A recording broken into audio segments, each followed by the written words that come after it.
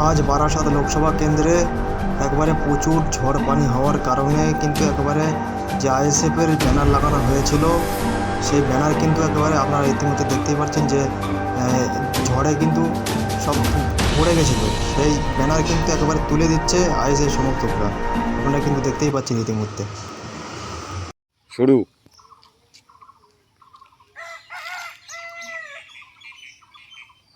মাথাটা ছেড়িয়ে দে।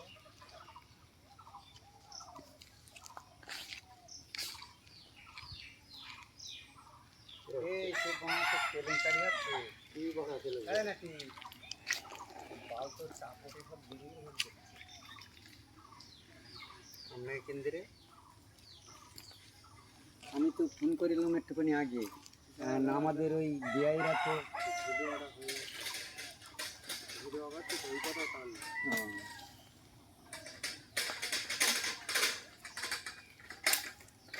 বন্ধ করছি।